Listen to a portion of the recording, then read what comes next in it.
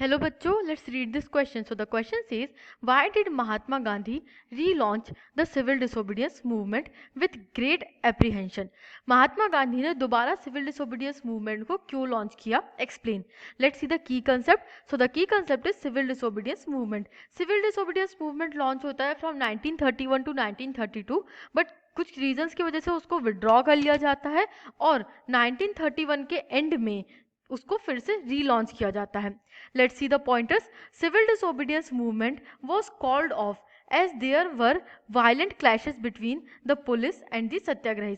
सत्याग्रही और पुलिस के बीच में बहुत ज़्यादा वायलेंट क्रैशेस होने लगे थे. इस वजह से सिविल डिसोबीडियंस मूवमेंट को विड्रॉ किया जाता है.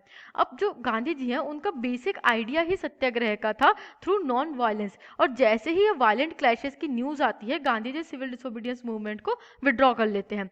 Second point is, in December 1931 Gandhi ji went to London for the second roundtable conference, but the negotiations failed and he returned disappointed and discovered a new cycle of repression. अब गांधी जी को invite किया जाता है second round table conference के लिए, Gandhi रिवन pact sign होता है और उसके बाद गांधी जी दिसंबर 1931 में सेकेंड राउंड टेबल कॉन्फ्रेंस में पार्टिसिपेट करते हैं.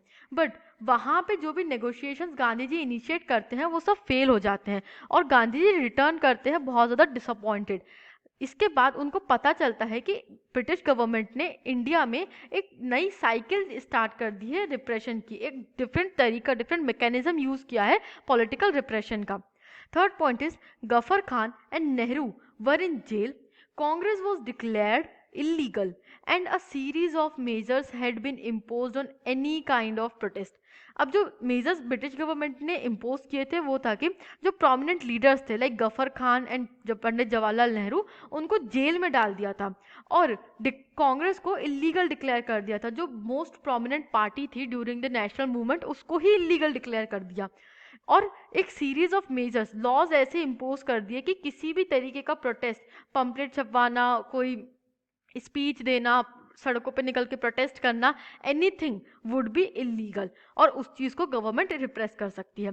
तो इस तरीके से इन सिचुएशंस की वजह से Gandhi ji civil disobedience movement को रीलॉन्च करते हैं with the great apprehension. I hope you understood this question. Thank you and best of luck.